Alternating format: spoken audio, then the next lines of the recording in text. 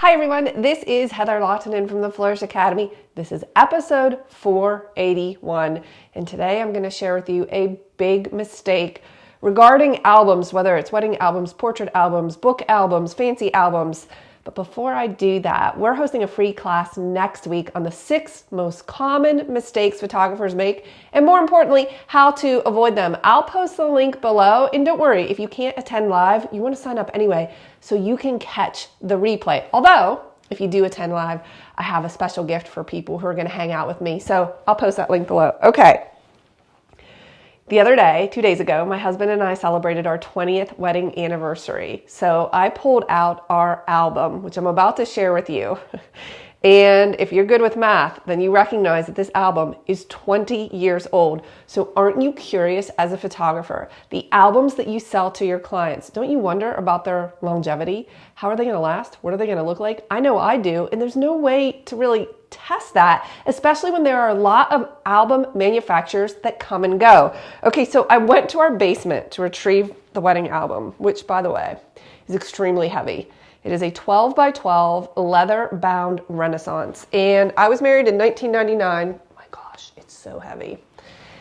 And our photographer shot film. So I went to get our album, and this is what I have. And I have a towel under it because of this extreme situation we're dealing with. So why do I have 2 albums here? Oh, thank you for asking. This top album is just one of our personal albums, but the leather album is our wedding album.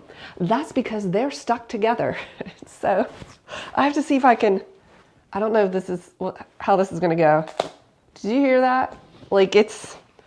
Oh man, this is the back of just one of my personal albums. It's not how it's supposed to look. All of that black, this is how it's supposed to look.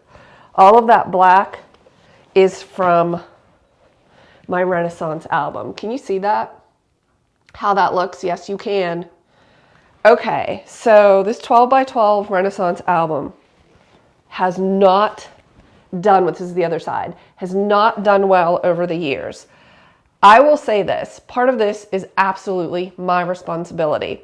I had this album stored in a curio in our dining room in our old home, and it was exposed to sun, which means it was probably exposed to heat, which means all of this is just melted leather? Does leather melt?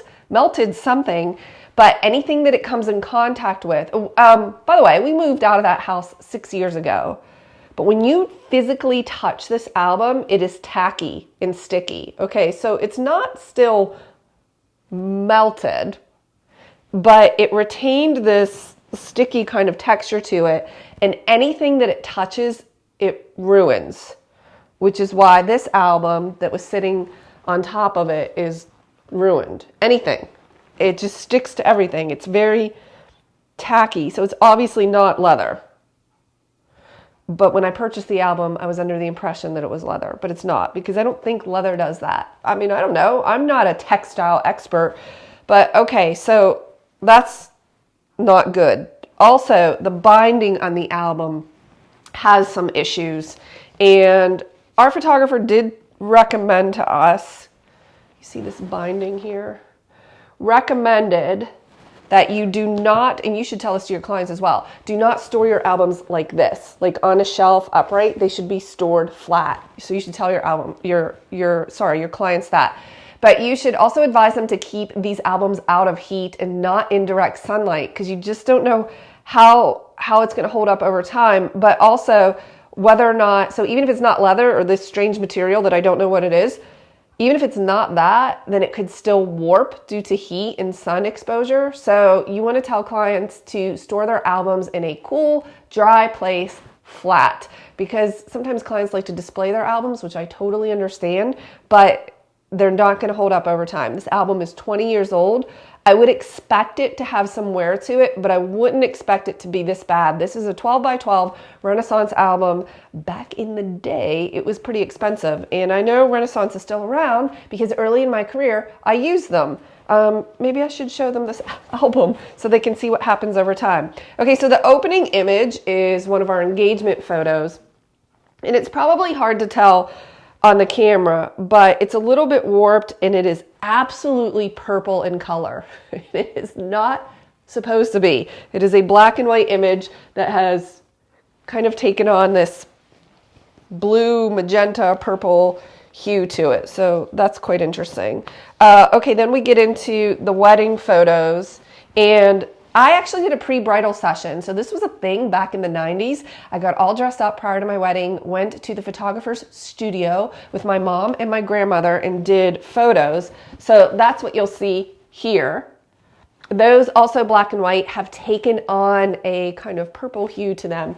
Now this is interesting. These photos of me and with my bridesmaids, the photographer actually brought a backdrop stand and a backdrop to the church with studio lights to take these photos. So they were taken in our church, which at the time did not have a great backdrop. So I guess I appreciate that he did that. Isn't that interesting though? We don't typically do that. Brittany says they should gift you a new album for your 20-year anniversary. Okay, they should. I don't know that this photographer is around or even still living. So I don't know that that's an option. As I turn the pages, the album shifts. So that's an indication that the binding has broken, and you can kind of see where that's happened, which is interesting. All right, so more photos from the church. These are all taken in our church just prior to the ceremony, again with his backdrop and studio light set up. So you can see what those look like. The quality and color of these images looks really good. They have certainly held up over time better than the black and white ones have. He also then took Craig into this area in our church to get his photos. Check out that photo of him looking at the ring. It's classic 99 film photography. That is awesome. Okay, these are just pretty standard. This is us walking down the aisle. So processional with a flash. You can see what those look like. I'm pretty happy with those. Overall, I'm happy with my wedding photographs. They're just very, very traditional. That's the way it was when you shot film, and every release of the shutter mattered because it cost money. So I think that these film photographers were much more deliberate than we are today. Okay, so the photos that I'm going to show you next, there are really only... Is that true? I don't know how many were in our proofs, but in our album, there are only 3 photos from our ceremony, only 3. The big photo was recreated after the ceremony. So these photos, that was during the ceremony. That photo recreated after the ceremony, you can tell because there's a flash. You can see the flash shadow. So he created that after the ceremony. But that photo actually looks really good in terms of quality. Oh, I just lied to all of you. Here's more ceremony. Here's the ceremony section. There's 6 photos during the ceremony here. And he did this like soft focus effect where I think he was probably dragging the shutter, and they have this like yellow tone to them. I think that was art back then. Oh, that's fine. I don't mind that. So there's that. And then there. Those were absolutely fired with flash, you can tell. The ones during the ceremony were not, but when he got closer, he fired the... Isn't it so funny how I analyze this now, years later? So we're starting on the formals, and we were just announced. Formals, announced. These photos look good. Okay, I don't think I need to show you the whole wedding album. You get the point. I am mostly looking at the quality of the album and the photos just over time. This was back in the day when I was like, I told the lady where I bought my dress, I was like, I want to look like Princess Diana. I want the longest train you have. So my train was a double bustle for my dress, which I love. Okay, I love this image. We took very few photos outside, even though it was a beautiful day. We had like a couple of images. It was just not, it's not the same as it is now, but I love this big one. I think that's so pretty. And then this page, I love all of those. I think they're really pretty. And then the reception, that's fine. That's pretty straightforward. But I'd say this is a problem because that literally just happened. That was not like that before. This just fell out. Renaissance. This is the Renaissance Album X. And it looks like the end of my reception, oh, and us leaving, is now out of the album. I wonder if there's a way for me to, these are slides, if I can slide that back in. Yikes.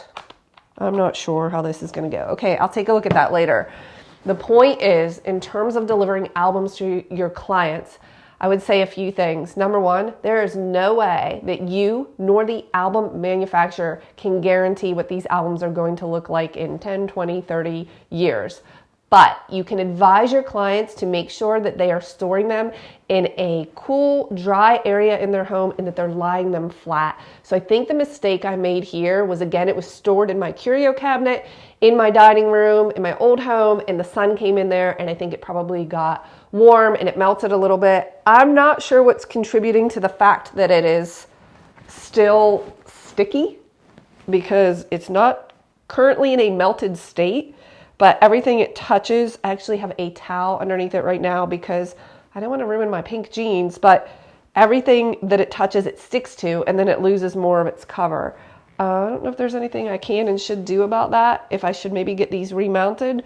I love my wedding album. I don't know that I care enough to spend the money to do that. Back in the day, the way our photographer was structured, he was a back-loaded photographer rather than front-loaded. He wasn't paid up front like I structure my wedding so that I'm paid in full up front. He had a fee for us to hire him, and then everything was sold on the back end. And that was super common and traditional when everybody was a film photographer. So he made his money on the back end. This is 20 years ago, 1999. We ended up paying just over $2,000 for our photographer, which, trust me, was a ton of money then for a photographer. And I remember thinking to myself, I did not care for that, because I didn't realize I was going to spend $2,000. He had this fee. Again, I knew the fee, and of course he had a list of everything that you could purchase, but I was 24. And I certainly wasn't savvy enough to recognize, okay, there's this fee, and then I'm going to have to buy more after, and here's what I can expect to spend. He didn't do anything like that, so we had no clue. So we spent, I want to say, I cannot remember this number exactly, but in order to hire him to photograph our wedding, I want to say it was around $750. Okay, 20 years ago, $750 to hire a photographer. All right, that made sense. And then you buy things on the back end. But when we hit just over $2,000 20 years ago, it was a lot of money. And I was like, whoa, that's a lot of money. Okay, that's fine. I mean, it's fine. This album was a large portion of that budget. 12 by 12. I was going to say leather bound. This couldn't be leather. Something bound, 12 by 12 Renaissance album. It's a beast. It's very heavy. It was beautifully done. It just, some of these images are a little bit warped. We have a little bit of a color cast. I'm not angry about it. I loved my wedding. It was absolutely perfect. Everything's fine. I just have to be careful what I touch and how I store that album, because I'm going to end up with little pieces of some sort of unidentifiable black textile all over myself. Okay, I'll see you in the next video.